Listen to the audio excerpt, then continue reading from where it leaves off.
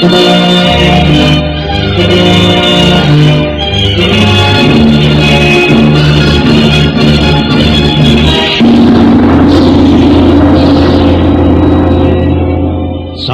Cerita mempersembahkan Sabda Pandita Ratu.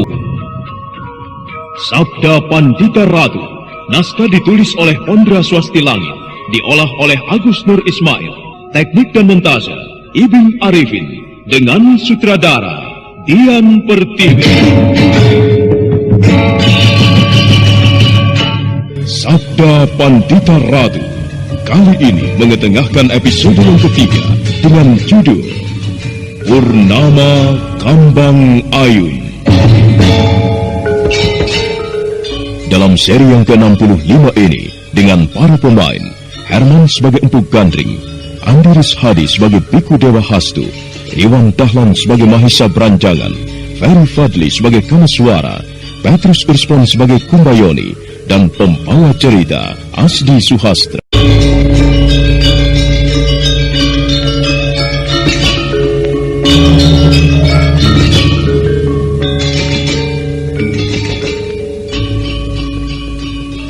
Mahisa Branjangan nampak masih dalam keadaan bersiap-siap.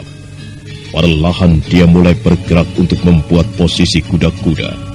Sambil menarik napas dalam-dalam, Mahisa Branjangan memasang pendengarannya untuk menangkap gerakan dua orang yang telah mendekatinya. Namun belum siap dia melakukan sesuatu, tiba-tiba dua orang yang tengah melangkah mendekatinya itu berhenti dengan jarak yang cukup dekat. Hati Mahisa Branjangan makin berdebar.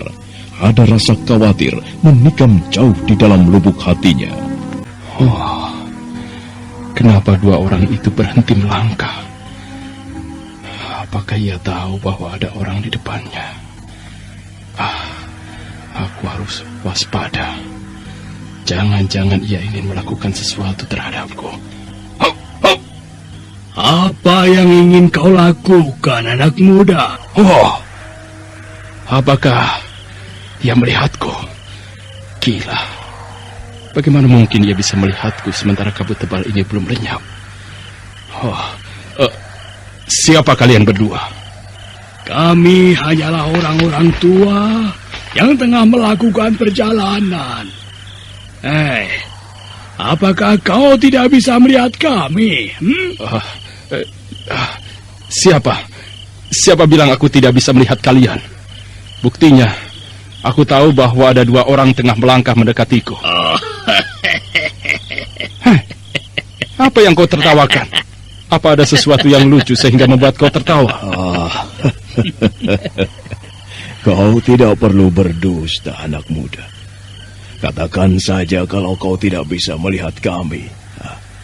Bagaimana mungkin kau bisa melihat kami, sementara posisimu berdiri saja menghadap ke sana?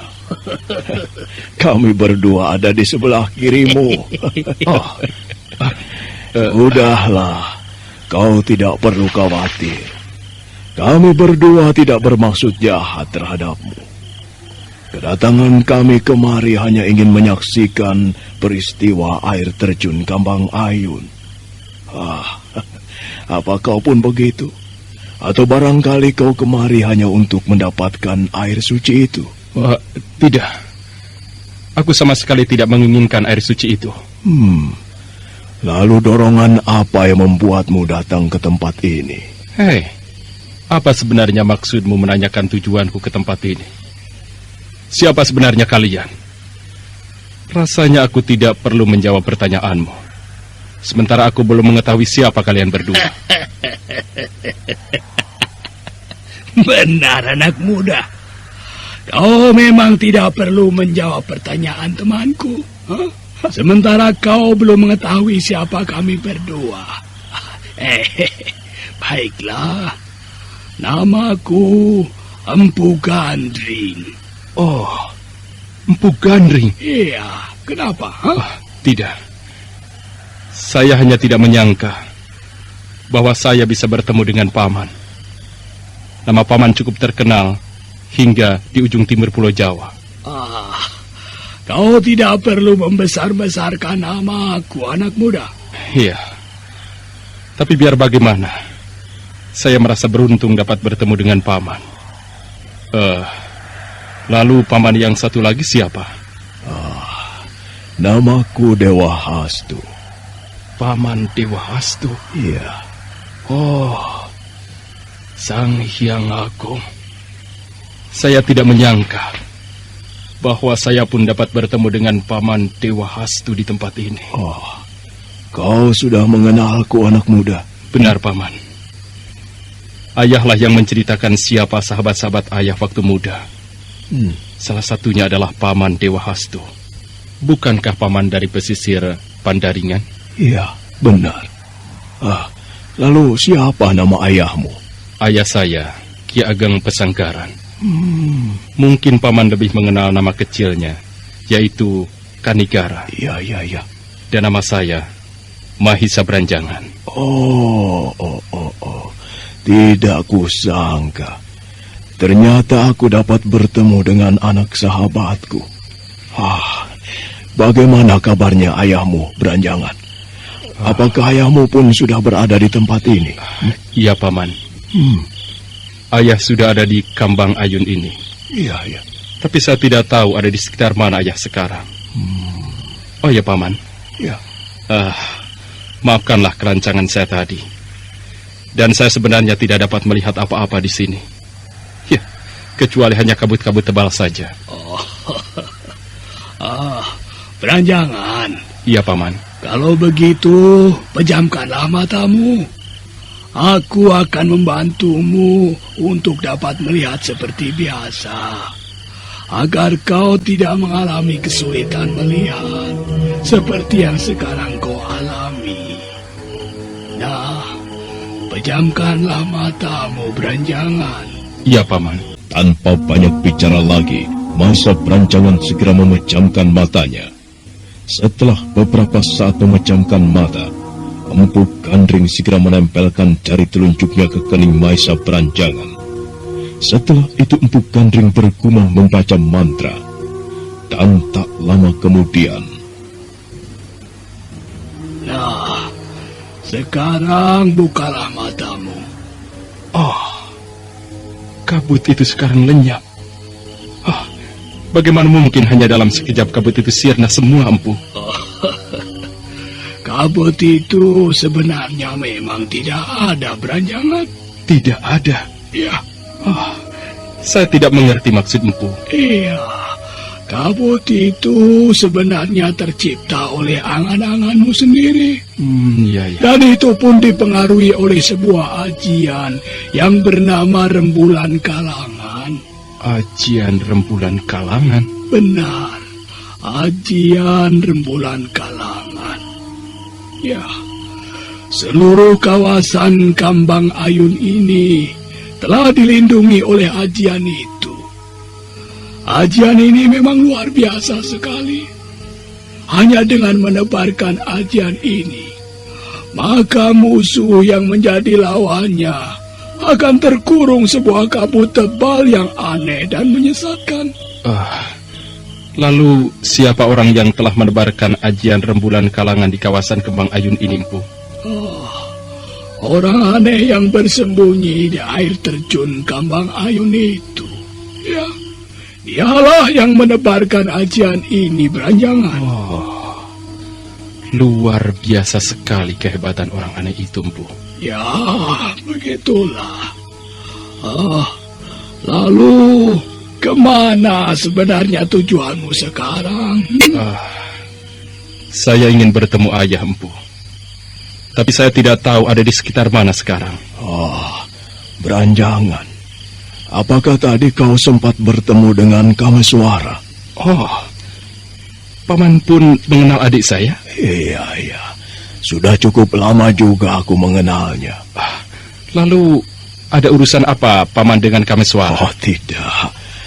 Aku hanya ingin tahu saja. Ya, barangkali saja kau bertemu dengannya. Sebelum dia berangkat kemari, Kameswara sempat berbicara denganku. Dia bersama seorang wanita menuju kemari. Siapa wanita itu, paman? Kalau tidak salah, namanya Pinaka Swasti Ratu? Oh, saya tidak tahu kalau ternyata Kameswara pun menuju kemari. Ya, mudah-mudahan saja mereka tidak mengalami kesulitan. Iya, mudah-mudahan saja. Empu. Ya. Bagaimana kalau kita tinggalkan tempat ini? Oh, iya. Baiklah. Tunggu sebentar, Paman. Paman berdua sekarang hendak pergi kemana? Kita akan mencari ayahmu, Branjangan. Oh, saya pikir Paman berdua akan meninggalkan daerah Kambang Ayun ini. Kalau begitu, baiklah. Ayo, Paman.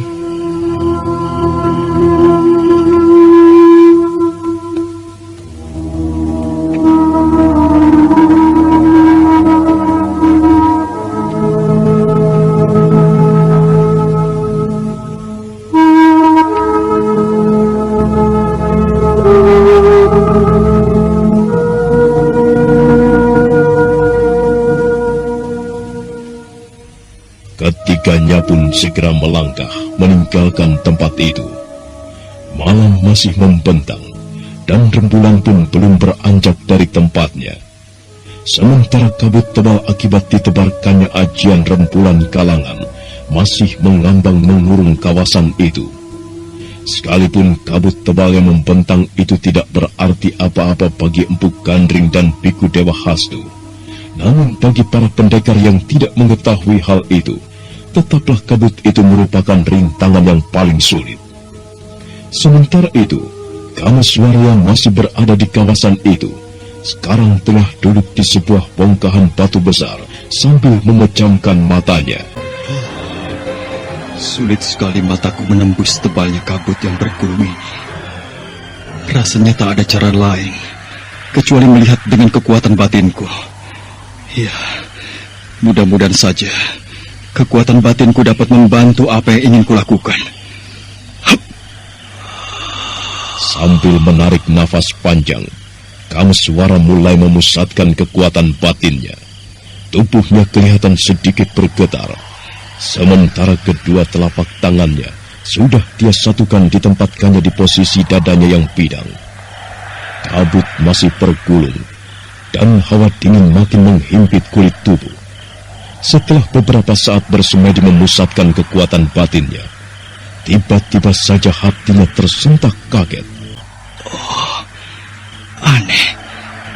Kenapa tiba-tiba saja batinku bisa melihat sebuah tempat dengan nyata? Apakah aku tidak salah lihat?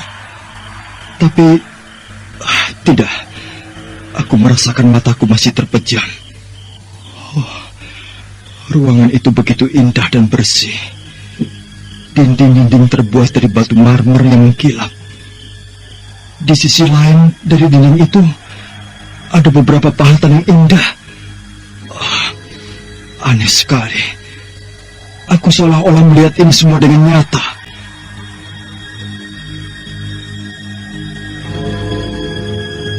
Kameswara kelihatan semakin heran dengan apa yang dilihat melalui batinnya. Dia seolah-olah tidak percaya dengan apa yang dialaminya. Kembali dia menarik napas dalam-dalam untuk meyakinkan hatinya.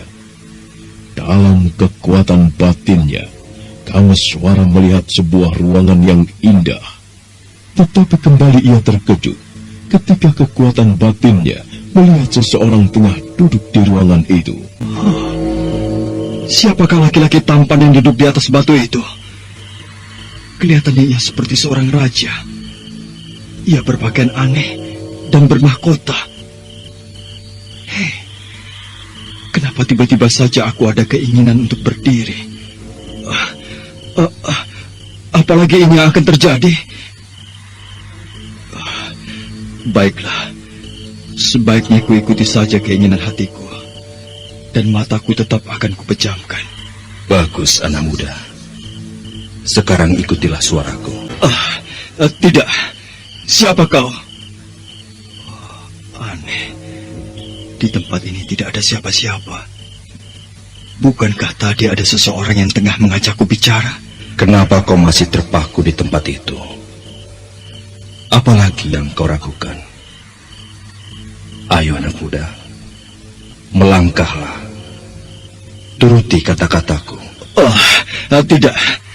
Siapakah kau? Kenapa tiba-tiba saja menyuruhku untuk melangkah mengikuti perintahmu? Aku tidak sempat menjelaskan siapa diriku sebenarnya. Sebaiknya kau turuti saja dulu. Nanti pun kau akan tahu. Gila.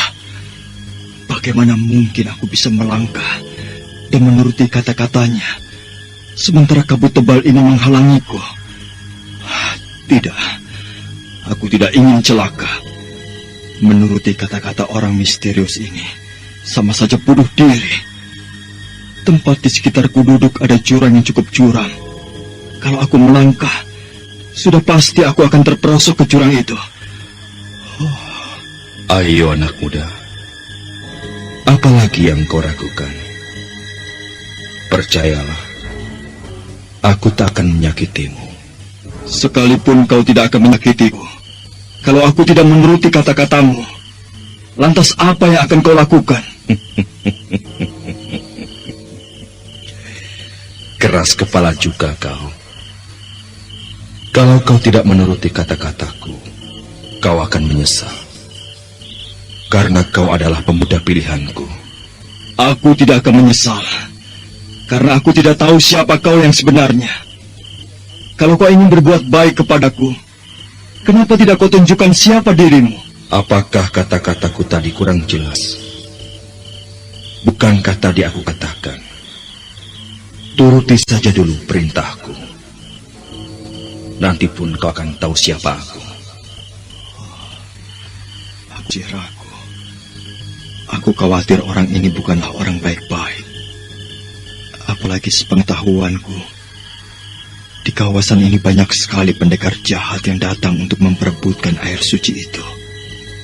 Ya, jangan-jangan orang ini ingin memperalatku.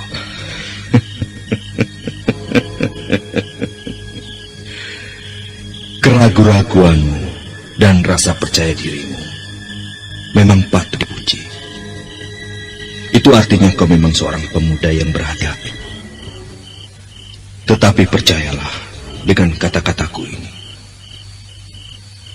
Aku bukan orang jahat atau orang yang ingin memperalatmu agar kau terjebak. Sekalipun demikian, kau mungkin akan bisa mengatasinya. Karena aku tahu kau seorang pemuda yang mempunyai kepandaian tinggi. Anak muda, kehadiranmu di tempatku adalah suatu kehormatan dan juga satu hal yang kuharapkan. Jadi sekali lagi, aku minta turutilah kata-kataku. Iya, kalau kupikir-pikir lagi, apa salahnya kuikuti dulu kemauan orang ini? Barangkali saja orang ini membutuhkan pertolongan, tetapi ia enggan untuk menjelaskannya. Nah, anak muda, kalau sekarang kau sudah memahami kata-kataku dan juga mau menuruti keinginanku, pejamkanlah matamu. Kemudian melangkahlah. Ikuti kekuatan batinmu. Perlahan Kameswara memejamkan matanya. Hatinya kembali berdebar. Dia seolah-olah ingin mengetahui apa yang nanti akan terjadi. Kabut masih menggumpal dan udara pun masih terasa dingin. Sementara bulan masih menyangkut di antara mega-mega hitam. Kembali suara misterius itu terdengar, dan Kameswara pun belum beranjak dari tempatnya.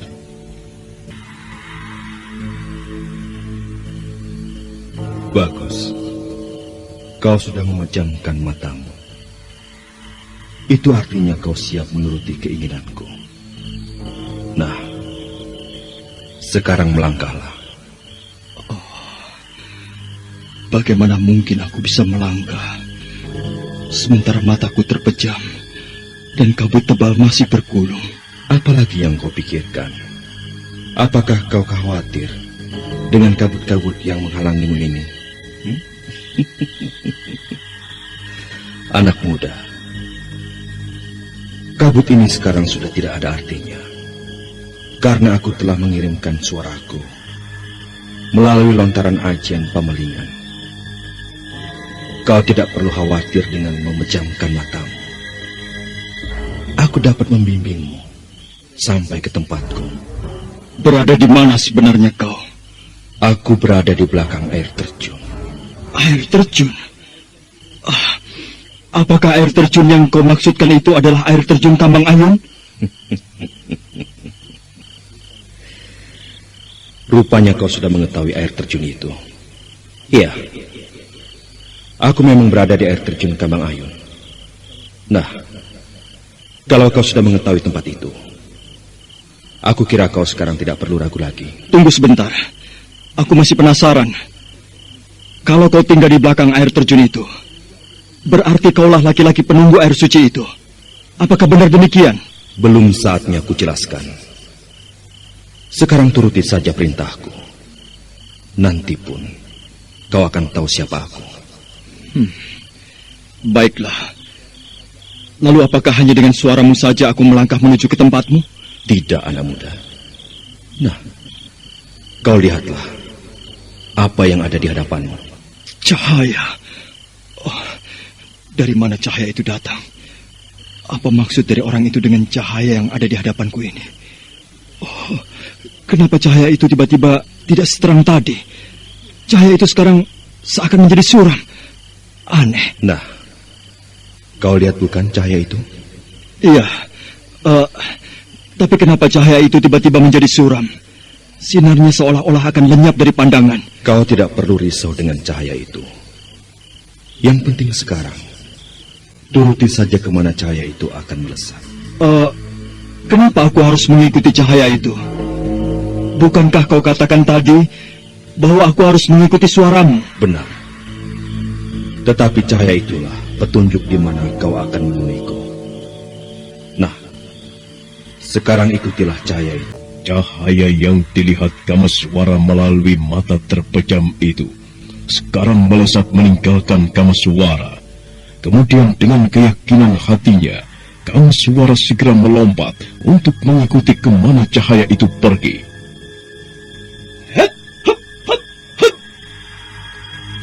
Malam masih membentang dan serangga malam pun belum berhenti bersenandung. Sementara rembulan di atas seakan-akan ingin membelah cahayanya untuk bersinar penuh. Kamaswara kelihatan masih mengikuti cahaya itu. Namun kali ini Kamaswara tertinggal jauh karena cahaya itu melesat begitu cepat.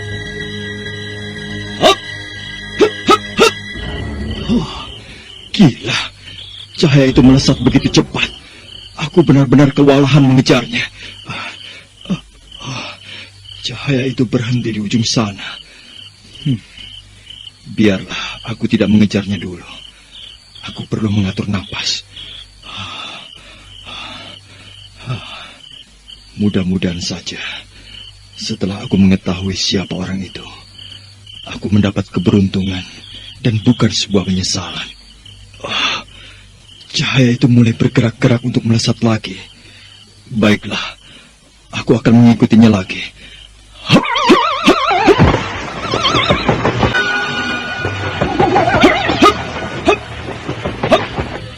Oh, luar biasa sekali. Cahaya itu seolah-olah dikendalikan oleh kekuatan yang hebat.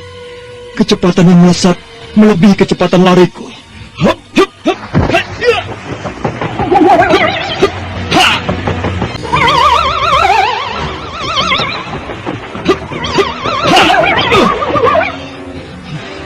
Aku sebenarnya tidak habis pikir. Hanya dengan memejamkan mata saja, aku bisa mengikuti cahaya itu melesat. Aku harus mendekati cahaya itu agar tidak tertinggal jauh.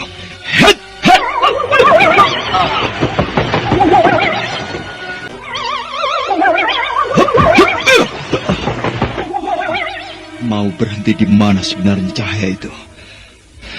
Sejak dari tadi ia hanya melesat ke sana kemari saja. Iya, tapi biar bagaimanapun, aku harus tahu apa sebenarnya yang diinginkan orang itu. Cahaya yang berwarna kebiru-biruan itu terus melesat menembus tebalnya kabut, dan Kamaswara pun terus mengikutinya. Setelah beberapa saat Kamaswara mengikuti kemana larinya cahaya itu, akhirnya benda itu pun berhenti di sebuah tempat, dan tempat itu adalah sebuah air terjun yang deras. Oh, gila. Kenapa cahaya itu berhenti di atas air terjun ini? Rasanya tidak masuk di akal kalau orang itu tinggal di tempat seperti ini. Hei, cahaya itu turun ke bawah sana. Apakah itu artinya aku pun harus terjun ke bawah sana? Tidak, ini sama saja bunuh diri. Lebih baik kubuka mataku. Apakah benar aku berada di atas air terjun? Perlahan Kamaswara membuka matanya, dan ternyata penglihatan batinnya tidak berbeda dengan apa yang ia lihat sekarang. Arus air terjun yang jatuh ke bawah itu nampak berkilat-kilat ditimpa cahaya rembulan. Perlahan Kamaswara mundur beberapa tapak sambil menarik napas panjang. Inikah air terjun Kambang Ayun itu? Tetapi bukankah air terjun itu akan terlihat jika bulan purnama nanti bersinar penuh? Kalau memang ini air terjun Kambang Ayun, berarti suara yang mengajakku bicara tadi berada di belakang air terjun ini. Aku jadi bingung. Hei, cahaya itu kembali naik ke atas. Sekarang dia diam di hadapanku. Cahaya kebiru-biruan itu berhenti di hadapan Kamaswara. Tetapi setelah beberapa saat melayang-layang, tiba-tiba saja cahaya itu kembali turun ke bawah. Benda itu seolah-olah mengisyaratkan agar Kamaswara mengikutinya untuk turun ke bawah air terjun itu. Kembali hati Kamaswara berdebar, karena ia tahu apa yang diinginkan benda bercahaya kebiru-biruan itu. Tidak, biar bagaimanapun, aku tidak ingin terjun ke bawah sana.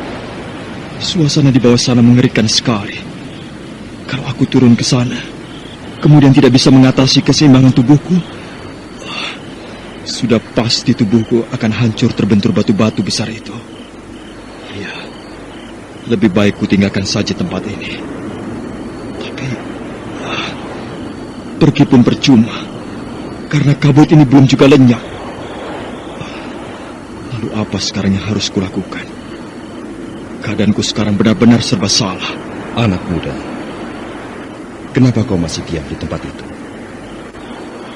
Bukankah kau tahu cahaya yang kau ikuti itu turun ke bawah air terjun ini? Ikutilah cahaya itu, anak muda. Tidak, aku tidak mau tubuhku hancur dengan sia-sia di bawah sana. Air terjun ini sangat curam sekali, sementara aku tidak bisa mengatasi keseimbangan tubuhku. Rupanya kau masih meragukan kehebatanku. Kalau aku menyuruhmu untuk melakukan sesuatu, itu artinya kau sudah ada dalam perlindunganku. Kau tidak perlu takut. Aku akan menjaga berat tubuhmu untuk turun ke bawah sana. Ayo, turunlah anak muda. Aku masih ragu. Tapi, ya, baiklah. Aku tuh sudah terlampau basah. Mati pun aku rasa tidak akan ada lagi orang yang menyesali. Semua sekarang tidak ada lagi yang bisa kuharapkan. Pinaka Swasti Ratu telah pergi, dan Rahastri Kandi telah sirna dari dalam hatiku. Ayo anak muda, apalagi yang kau pikirkan? Turunlah. Baik, aku akan menuruti kata-katamu. Kembali Kamaswara memejamkan matanya. Perasaannya berdebar kembali mengguncang dadanya. Sekalipun ada perasaan nekat dari dalam hatinya, namun begitu keraguan-raguan masih dia rasakan. Tetapi tak lama kemudian, tubuh Kamaswara pun melayang turun ke bawah. Tetapi sungguh di luar dugaan, Kamaswara ternyata tubuhnya turun seperti selai daun yang jatuh. Pelan sekali tubuh itu turun, namun belum sempat Kamaswara sampai ke bawah, Tiba-tiba saja tubuh Kamaswara berhenti di tengah-tengah, di antara dasar air terjun dan puncaknya. Belum lagi selesai keterkejutan Kamaswara hinggap di benaknya. Entah bagaimana, tiba-tiba saja ada sebuah kekuatan menyedotnya ke dalam air terjun itu. Tempat apakah ini? Kenapa tadi tiba-tiba aku tersedot ke dalam air terjun ini? Apakah tempat ini berada di belakang air terjun? Semua kejadian yang kualami malam ini benar-benar aneh dan membuatku bingung. Kamaswara berdiri setelah terjatuh akibat disedot oleh kekuatan tadi. Kemudian dengan penuh hati-hati, dia pun segera melangkah masuk ke dalam ruangan itu.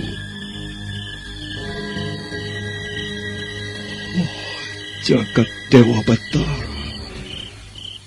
Aku sepertinya sudah mengenal ruangan ini. Iya, aku baru ingat. Bukankah ruangan ini adalah ruangan yang kulihat melalui batinku? Jagat Dewa Batara. Apakah orang itu yang telah menghadirkan gambaran ruangan ini melalui batinku? Aku akan terus menelusuri ruangan ini.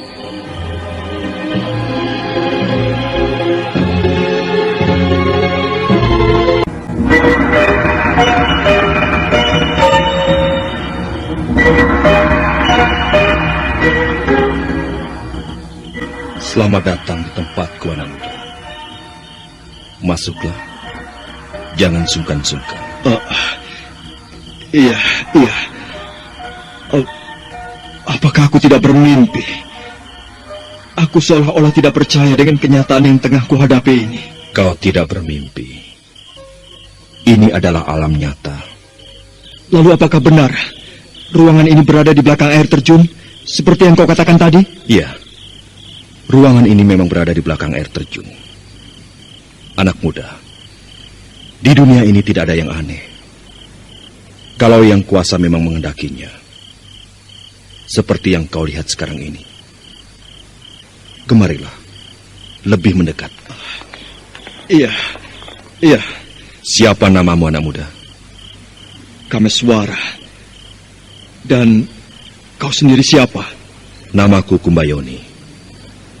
Aku adalah seorang rakai yang berasal dari suatu masa yang sudah lewat. Dan namaku yang sebenarnya adalah Rakai Walengpu Kumbayoni.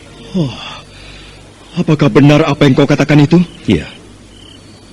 Untuk apa aku berdusta? Lalu bagaimana mungkin orang yang hidup di masa lalu sampai sekarang masih bisa bertahan? Ada satu yang kau lupakan, anak muda, yaitu air suci. Karena air suci itulah, sehingga hidupku masih bisa bertahan sampai sekarang. Iya, aku baru ingat. Jadi kaulah selama ini yang sering disebut-sebut orang sebagai laki-laki aneh itu? Iya, tetapi kalau kita mau berpikir, sebenarnya tak ada yang aneh. Aku tahu manusia biasa seperti kau juga. Tapi biar bagaimanapun, kau mempunyai kelebihan. Dan kau adalah seorang rakai. Maafkanlah atas kelancangan saya tadi, Rakai. Mungkin saya telah berani berbuat kurang ajar terhadap Rakai. Sudahlah, Kamaswara. Jangan terlalu dibesar-besarkan. Bukankah sudah aku katakan bahwa aku pun manusia biasa sepertimu? Lalu apa sebenarnya tujuan Rakai menginginkan saya datang ke tempat ini? Aku membutuhkan pertolonganmu, Kamaswara. Kamaswara nampak masih terpaku menatap orang yang berada di hadapannya. Sementara Rakai Walengpu Kumbayoni hanya tersenyum setelah berkata demikian. Wajahnya kelihatan tenang. Dari kata-katanya, laki-laki muda yang sebenarnya berusia sangat panjang ini sepertinya mengandung arti yang cukup dalam. Sekali lagi Kamaswara menarik napas panjang. Suasana jadi nampak hening sejenak.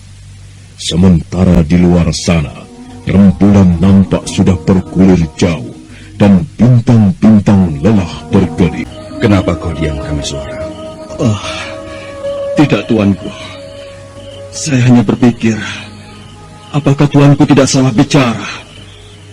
Bukankah tuanku Rakai tahu bahwa saya tidak mempunyai kepandaian apa-apa? Aku bukan meminta pertolongan dengan menggunakan kehebatan. Tetapi aku membutuhkan pertolongan dari kau. Hanya dengan ketulusan hatimu. Lalu pertolongan apa yang tuanku Rakai harapkan dari saya? Ada satu keinginan yang selama ini mendekam dalam hatiku. Dan hal itu membuatku selalu merindukannya. Aku merindukan kematian Kameswara. Oh, saya tidak mengerti maksud tuanku Rakai. Aku menginginkan kematian Kameswara. Usiaku sudah terlalu panjang. Aku tak akan menemukan kematian jika tak ada orang yang membunuhnya. Aku hidup di Mayapada ini rasanya sudah bosan. Karena yang kutemukan hanyalah kejenuhan dan kebosanan yang tidak ada habis-habisnya. Sekarang bagiku, kematian adalah sesuatu yang indah, yang selama ini kurindukan. Aneh sekali. Kenapa di dunia ini ada juga orang yang bosan hidup? Apakah ini pun adalah sikap manusia yang bisa dikatakan tidak puas? Tuanku Rakai, lalu apakah yang saya harus lakukan untuk tuanku? Nanti akan kujelaskan. Sebaiknya sekarang kau ikut aku ke dalam. Ada sesuatu yang ingin kutunjukkan padamu. Ayo. Di tempat duduknya, Rakai Walengpu Kumpayoni pun segera melangkah, kemudian diikuti oleh Kameswara. Keduanya terus melangkah masuk ke dalam ruangan itu. Sementara Kameswara kelihatan masih bingung dengan apa yang sedang dialaminya. Di tempat inilah, aku menghabiskan waktu dengan cukup menjemukan. Hari demi hari berlalu tanpa perubahan. Sampai-sampai banyak sekali pertanyaan yang berkecamuk di dalam hatiku. Kapan semua ini akan berakhir? Lalu kenapa tuanku Rakai tidak meninggalkan saja tempat ini? Bukankah dengan begitu segala kebosanan dan kejenuhan yang selama ini tuanku Rakai rasakan akan hilang? Bukan aku tidak mau meninggalkan tempat ini, Kameswara. Tetapi karena aku mempunyai tanggung jawab dengan tempat ini. Rasanya berat sekali untuk meninggalkannya. Kecuali aku meninggalkan tempat ini hanya dengan kematian. Apakah menurut tuanku Rakai, kematian adalah suatu jalan yang terbaik untuk lari dari kejenuhan? Entahlah. Tetapi aku memang merindukan kematian Kameswara. Ya. Karena air suci itulah yang menyebabkan aku jauh dari kematian. Kedengarannya sungguh hebat sekali keampuhan air suci itu. Baru sekarang aku percaya bahwa air suci yang diperebutkan itu ada. Kameswara, ada yang kau pikirkan? Tidak tuanku. Tiba-tiba saja saya teringat dengan cerita yang pernah saya dengar tentang tuanku Rakai. Dulu, bukankah Rakai kalah dalam peperangan menghadapi saudara sendiri, yaitu menghadapi Rakai Pikatan? Ya, benar. Peperangan itu memang tidak pernah kulupakan. Rakai Pikatan, saudaraku sendiri, telah mengkhianatiku.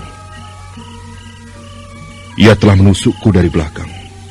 Mereka menyerang wilayah Walaing, bagaikan banjir bandang. Aku sebenarnya tidak menyangka kenapa Rakai Pikatan sampai begitu. Padahal sehari sebelum terjadi peperangan itu, aku bersama-sama dengannya memuja persembahan untuk leluhur kami, Raja Balitung. Ya, siapa mengira persembahan yang kulakukan bersama-sama itu awal dari pelebaran kekuasaan.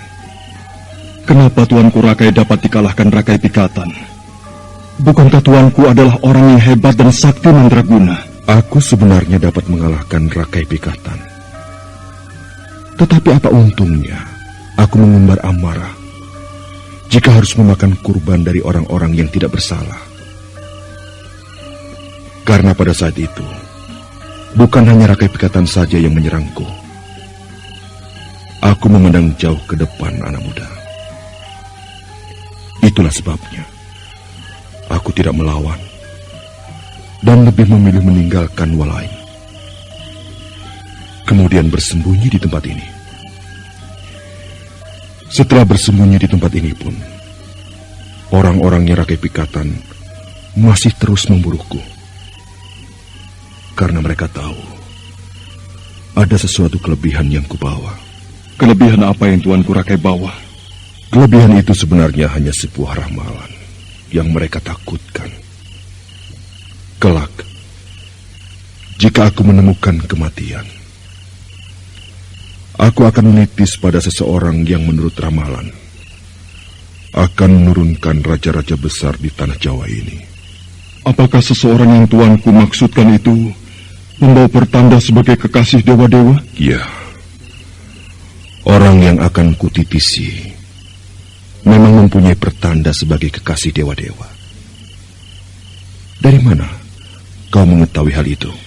Saya pernah bertemu dengan seorang pemuda yang membawa pertanda itu. Orang itu sangat luar biasa sekali.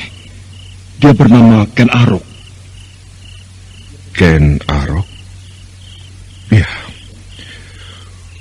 mungkin sudah dekat saatnya aku harus menemukan kematianku. Ken Arok. Ya, mungkin dialah bagian dari takdir yang tidak terpisahkan dariku. Saya tidak mengerti maksud Tuanku Rakai. Nanti akan kujelaskan. Sebaiknya sekarang kau kupertemukan dengan permaisuriku. Permaisuri? Ya. Jadi Paduka tinggal di tempat ini tidak sendiri? Iya. Aku memang tidak sendiri tinggal di tempat ini. Tapi aku merasa hidup di sini seorang diri. Ayolah, Kameswara. Iya, Tuanku. Kembali Kameswara mengikuti langkah Rakai Walaingpu Kumbayoni. Setelah beberapa saat melewati sebuah lorong yang terang, keduanya pun tiba di sebuah ruangan yang indah, yang tak kalah indahnya dengan ruangan depan. Dinding-dinding di ruangan ini terbuat dari batu pualam yang mengkilap. Sementara di sudut lain ada 5 obor yang menyala. Bukan main indah sekali ruangan ini. Aku sebenarnya tidak menyangka di tempat yang tersembunyi seperti ini ada sebuah tempat dengan ruangan yang indah gemerlapan. Dan obor itu pun kelihatannya menyala tidak sembarangan, melainkan atas sebuah mantra. Kameswara, bagaimana dengan tempat ini? Luar biasa, Tuanku. Indah dan menakjubkan. Siapa sangka di tempat yang tersembunyi seperti ini ada ruangan-ruangan yang indah. Ruangan apakah sebenarnya tempat ini, Tuanku Rakai? Disinilah ruangan istirahat permaisuriku. Ruangan istirahat permaisuri Tuanku? Iya. Tetapi di ruangan ini saya tidak melihat siapa-siapa kecuali kita berdua, Tuanku. Sebentar lagi kau akan melihatnya, Kameswara. Berkata demikian, Rakai Walaingpu Kumbayoni pun segera melangkah beberapa tapak ke depan. Dia berdiri di sebuah sudut sambil menatap tajam ke sebuah tempat. Perlahan kedua bibirnya bergetar mengucapkan mantra. Dan sebentar kemudian, samar-samar muncullah sebuah bayangan seorang wanita. Beberapa saat kemudian, bayangan itu pun segera menjelma menjadi seorang perempuan yang cantik. Perempuan itu berdiri dengan mata terpejam, sementara pakaiannya yang tipis terurai hingga menyentuh lantai ruangan. Luar biasa. Cantik sekali perempuan ini. Sungguh tidak kusangka kalau Rakai Walaingpu Kumbayoni mempunyai permaisuri secantik ini. Tuanku Rakai, apakah permaisuri tuanku sedang tidur? Iya, dia sedang tidur. Dia tidur sejak hidup bersamaku di tempat ini. Apakah maksud tuanku permaisuri tidur sepanjang hidupnya di tempat ini, artinya dia tidak pernah bangun sejak saat itu? Benar. Itulah sebabnya aku mengatakan bahwa aku hidup di tempat ini seperti sendiri. Ya, seharusnya permaisuriku menemukan ketenangan sekian ratus surya yang lalu. Tetapi itulah yang ia alami. Ia tidur di sepanjang hidupnya. Benar-benar sebuah kehidupan yang aneh. Sungguh tidak kusangka kalau aku akan menemukan hal-hal yang aneh seperti ini. Permaisuri ini begitu cantik dan menggiurkan. Tapi sayang hidupnya hanya ia lalui dengan tidur. Oh, gila. Laki-laki mana yang tidak akan tergiur melihat keindahan seperti ini? Kulitnya begitu halus dan bersih. Kameswara, kelihatannya kau mengagumi istriku. Tidak tuanku. Aku hanya merasa heran. Sungguh sangat disayangkan sekali perjalanan hidup permaisuri tuanku. Hanya dilalui dengan memejamkan mata dan bermimpi. Iya. Aku sendiri tidak berbuat apa-apa. Tetapi bagaimana dengan sosok istriku ini, Kameswara? Iya. Terus terang permaisuri tuanku sangat cantik. Kalau boleh saya katakan, mungkin kecantikannya seperti seorang bidadari. Kau terlalu melebih-lebihkannya, Kameswara. Ya, tetapi aku percaya dengan apa yang kau ucapkan. Iya, berbahagialah tuanku mempunyai istri seperti ini. Seharusnya memang begitu, Kameswara. Kameswara, permaisuriku pun adalah seorang wanita yang membawa pertanda sebagai kekasih dewa-dewa. Benarkah tuanku? Iya. Dari kecantikan yang terpancar di wajahnya, kau bisa melihat. Itulah pertanda yang ia bawa. Kalau begitu ia mempunyai persamaan seperti yang dibawa oleh Ken Arok. Wah, luar biasa sekali. Karena kecantikannya inilah peperangan itu terjadi. Rakai Pikatan adikku sangat tergila-gila sekali pada permaisuriku. Dan lebih dari itu, Pikatan mengetahui bahwa dari rahim permaisuriku bakal melahirkan raja-raja besar yang akan menentukan wajah tanah Jawa Dwipa ini. Lalu apakah tuanku Rakai sudah mempunyai putra? Belum. Barangkali aku tak akan mempunyai putra. Kecuali setelah menitis, mungkin dari situlah aku mempunyai keturunan yang akan menurunkan raja-raja di tanah Jawa ini. Kameswara, sekarang aku rasa saatnya sudah tiba. Karena apa yang selama ini kuinginkan dan kuharapkan sudah jelas di hadapanku. Aku memilihmu karena kau juga bagian dari takdir yang tidak terpisahkan dari perjalanan hidupku. Kameswara, aku harap kau tidak menolaknya.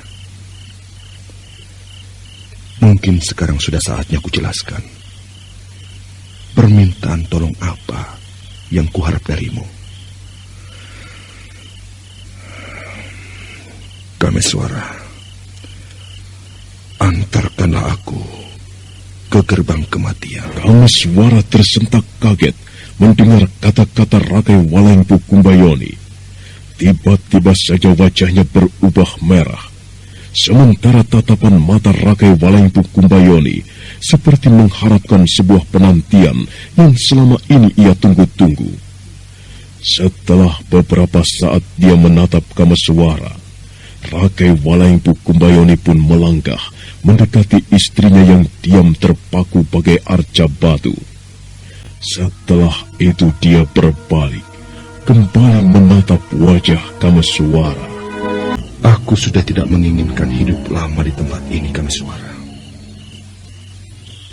Aku berharap kau menjadi saksi atas berbagai peristiwa yang bakal terjadi di bumi Nusantara ini. Dan sekaligus kau pun turut berperan di dalamnya.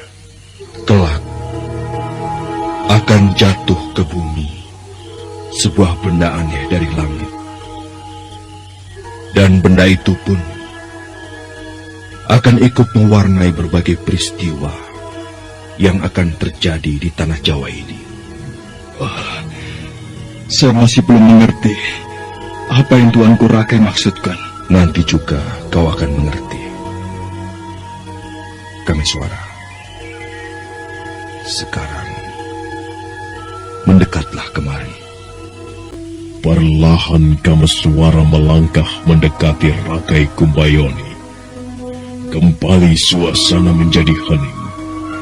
Setelah beberapa tapak melangkah dan hampir mendekati Rakai Walaingpu Kumbayoni, Kameswara pun menghentikan langkahnya. Sambil tersenyum, Rakai Kumbayoni mencabut pusakanya yang terselip di sela-sela pinggangnya. Pusaka ini sudah cukup lama mengikuti perjalanan hidupku. Sekarang aku ingin mati dengan pusaka ini. Aku rasanya dengan cara inilah aku akan menemukan ketenangan. Kameswara, peganglah pusaka ini dan turutilah apa yang kuinginkan. Peganglah. Dengan tangan yang gemetar, Kameswara pun meraih keris yang disodorkan Rakai Walaingpu Kumbayoni. Setelah pusaka itu berada dalam genggamannya, ditatapnya dalam pusaka itu. Dan setelah itu, dia menoleh ke wajah Rakai Kumbayoni. Apa sebenarnya harus kulakukan dengan pusaka ini? Oh, jagat Dewa Batara. Bagus. Nah, sekarang turutilah perintahku. Dan aku harap kau tidak menolaknya. Tunggu sebentar, Tuanku Rakai. Apa maksud Tuanku Rakai sebenarnya dengan pusaka ini? Apakah dengan memegang pusaka ini, saya dapat menolong Tuanku? Iya, hanya dengan pusaka itulah kau bisa memenuhi permintaanku. Baiklah, saya bersedia menolong Tuanku. Tetapi itu pun jika saya mampu melakukannya. Tetapi jika saya tidak mampu, saya harap Tuanku Rakai tidak usah kecewa. Kau pasti mampu melakukannya, Kameswara. Aku hanya menginginkan kau menikam dadaku dengan pusaka itu. Oh, tidak, Tuanku.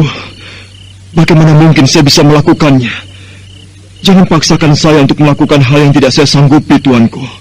Kau sanggup, Kameswara. Aku percaya kau mau melakukannya. Jangan, Tuanku. Sekalipun saya sanggup, tetapi saya tidak mampu melakukannya. Kau mampu melakukannya, Kameswara. Aku harap kau mau melakukannya. Karena kau adalah bagian dari takdir yang digariskan dalam perjalanan hidupku. Tetapi kenapa harus saya yang melakukannya, Tuanku? Saya benar-benar tidak mampu, Tuanku. Saya harap Tuanku jangan memaksa saya. Ini sama saja Tuanku Rakai memerintahkan saya untuk membunuh. Bukan. Membunuh adalah satu hal yang bukan diperintahkan oleh orang itu sendiri. Tetapi kau melakukan ini atas permintaanku sendiri. Itu berarti kau bukan membunuh. Aku tidak akan mati, Kameswara. Jika kau menikamkan pusaka ini ke dadaku, rohku tetap hidup. Dan kemudian menitis pada seseorang yang membawa pertanda sebagai kekasih dewa-dewa. Tetapi jika kau tidak mau melakukannya, maka aku tak akan menitis. Dan aku akan tetap seperti ini sepanjang hidupku. Ya, Kalau aku tetap seperti ini, maka ramalan tentang keturunanku akan sirna begitu saja. Aku bingung. Apakah aku harus melakukannya? Soalnya yang harus kulakukan ini bukanlah menghadapi seorang musuh. Jika musuh, mungkin aku masih mampu membunuhnya. Tetapi ini adalah permintaan dari orang yang tidak mempunyai kesalahan apapun. Benarkah apa yang dikatakannya? Bahwa ia akan meniti setelah kutikam dengan pusaka ini? Aku masih ragu. Bagaimana kami suara? Apakah kau mau memenuhi permintaanku? Saya masih bimbang, tuanku. Tak ada yang perlu kau bimbangkan, kami suara. Aku justru akan berterima kasih jika kau mau melakukannya. Kau sanggup bukan? Kameswara diam saja. Dia tidak segera menjawab kata-kata Rakai Walaimpu Kumbayoni.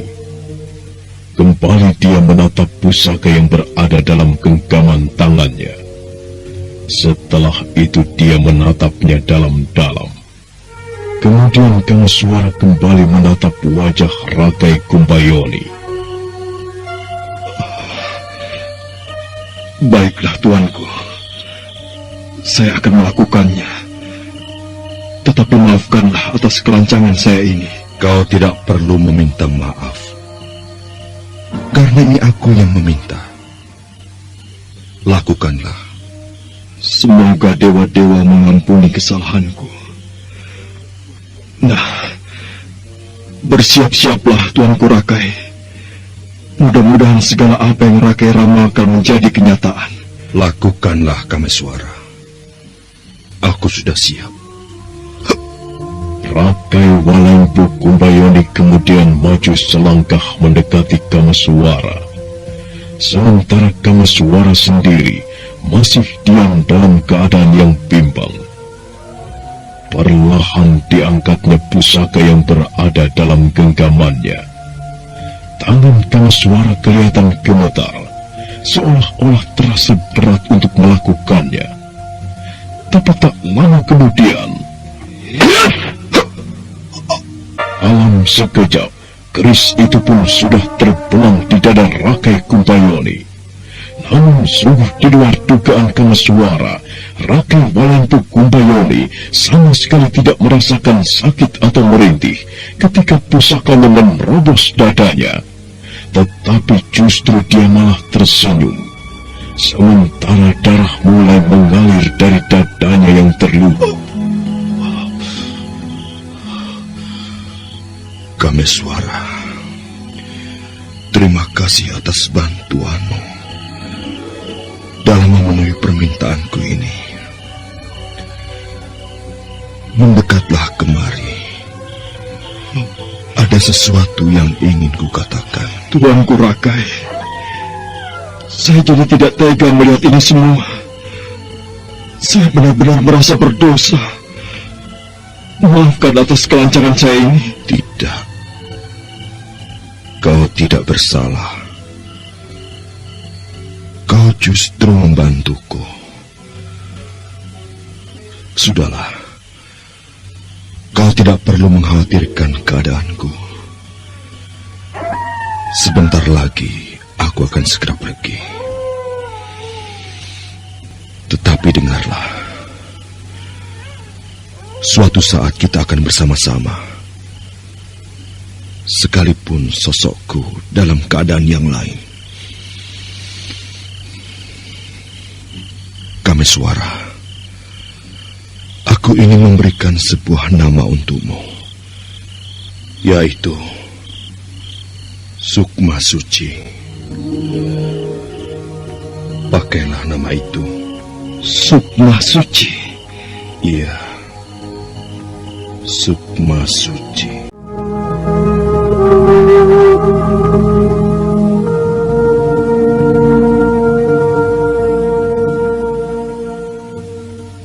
Setelah berkata demikian, Rakai Walaimpu Kumbayoni pun perlahan roboh ke tanah. Kameswara kemudian segera membaringkan tubuh itu. Darah terus mengalir dari dadanya yang terluka. Namun keanehan terjadi. Di antara darah yang mengalir itu, terlihat air bening yang juga keluar dari dada mayat Walempu Kumbayoni. Melihat hal itu, Kameswara sangat terkejut. Tetapi lebih terkejut lagi ketika dari dada mayat yang terluka itu muncul asap putih seperti kabut. Asap itu terus mengeruak keluar, semakin lama terlihat semakin tebal. Asap.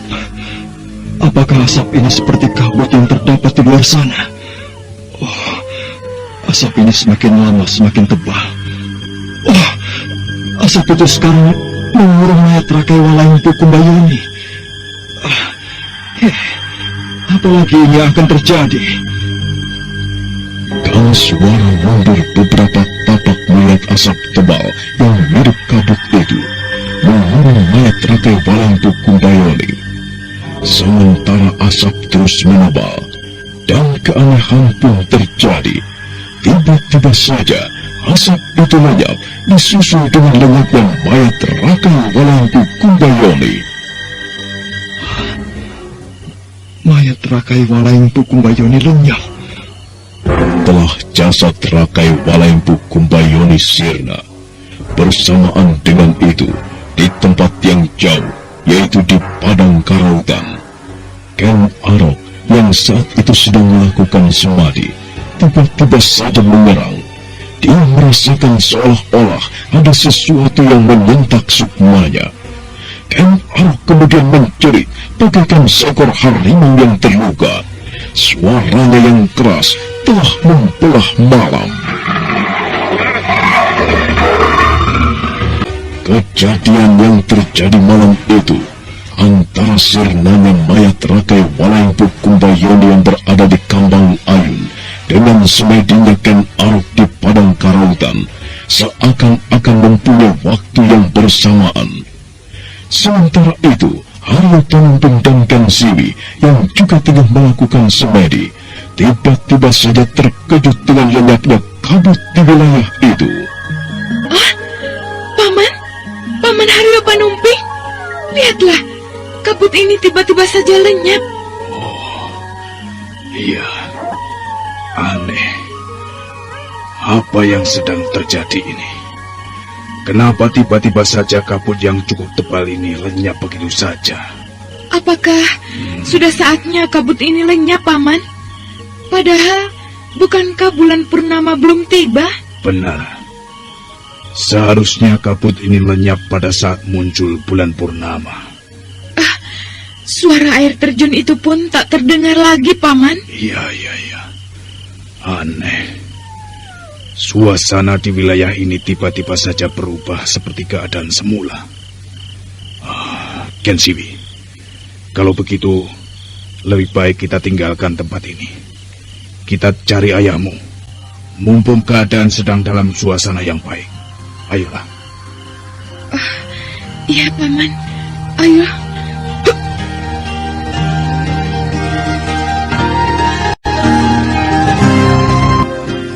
Keduanya segera meninggalkan tempat itu. Wilayah Kambang Ayun sekarang benar-benar telah kembali pada suasana semula. Rupanya ajian rembulan kalangan pun yang ditebar oleh Rakai Walempu Kumbayoni ikut lenyap bersama lenyapnya tubuh pemilik ajian itu. Sementara itu, Kameswara yang masih terpaku menghadapi suasana aneh itu tiba-tiba saja teringat dengan nama yang diberikan Rakai Walempu Kumbayoni. Sukma Suci. Aku tidak tahu apa makna dari nama itu. Kedengarannya sangat tegar sekali nama itu. Sukma Suci. Menurut Rakai Walempu Kumbayoni, menurutnya suatu saat aku akan bertemu dan akan bersama-sama dengannya. Apakah benar demikian? Rasanya seperti tidak masuk di akal. Hei, Kenapa tiba-tiba saja aku lupa dengan permaisuri Rakai ini? Luar biasa sekali kecantikan perempuan ini. Aku rasa usianya pun sama dengan Rakai Walaengtu Kumbayoni. Betapa sempurnanya bentuk wanita ini. Apakah karena air suci itu sehingga kecantikannya tidak berubah? Kenapa tiba-tiba saja aku tertarik dengan wanita ini? Entah bagaimana seandainya wanita ini menjadi istriku. Mungkin aku akan bahagia memilikinya. Seandainya saja kau bisa bicara atau tersadar dari tidurmu. Ingin sekali aku mengucapkan bahwa aku mencintaimu. Bentuk tubuhmu begitu sempurna dan kulit tubuhmu sangat halus sekali. Benar-benar ciptaan yang agung yang sempurna. Sambil menatap penuh kekaguman serta kasmaran yang dalam, Kameswara melangkah mendekati wanita yang berada di hadapannya. Setelah Kameswara merasa dekat sekali dengan wanita itu, perlahan dia menggerakkan tangannya untuk menyentuh wajah wanita itu. Tetapi belum sempat tangannya menyentuh kulit pipi wanita itu, tiba-tiba saja wanita yang berada di hadapan Kameswara ini membuka matanya, dan secepat itu pula Kameswara menarik kembali lengannya. Apa yang ingin kau lakukan, anak muda? Tidak. Aku tidak bermaksud apa-apa terhadapmu. Kupikir kau tidak akan tersadar dari tidurmu. Tapi, hei, aku tidak melihat kau menggerakkan bibirmu. Aneh, aku jadi bingung. Kaukah yang bicara padaku? Iya, kita memang sedang berbicara. Dan aku bicara tidak melalui bibirku, tetapi hatiku. Jadi kalau begitu, aku mendengar kata-katamu pun salah. Jika aku bicara secara jujur bahwa kau seorang wanita yang cantik. Cukup. Aku sudah katakan, jangan bicara seperti itu. Aku tidak suka. Dan kau tidak pantas bicara seperti itu di hadapan Maharani Sri Sanjaya Warsa. Bukan main. Jadi itukah namamu? Maharani Sri Sanjaya Warsa. Sebuah nama yang bagus sesuai dengan orangnya. Cantik dan menarik hati. Maharani Sri Sanjaya Warsa. Aku berhak melakukan apapun terhadap dirimu jika aku suka. Karena aku adalah bagian dari takdir perjalanan suamimu. Terus terang, Maharani yang cantik, aku mencintaimu. Kameswara benar-benar tidak peduli lagi dengan apa yang dikatakannya. Setelah bicara demikian, kembali tangan Kameswara bergerak untuk menyentuh kulit pipi Maharani Sri Sanjaya Warsa yang halus. Melihat hal itu, mata wanita cantik itu melotot penuh amarah. Nah, bagaimanakah tindakan Maharani Sri Sanjaya Warsa melihat tangan Kameswara yang ingin menyentuh pipinya? Dan bagaimanakah sikap Kameswara sendiri? Saudara pendengar, untuk mengetahui jawabannya, nantikanlah kelanjutan kisah ini dalam seri berikutnya. Sampai jumpa.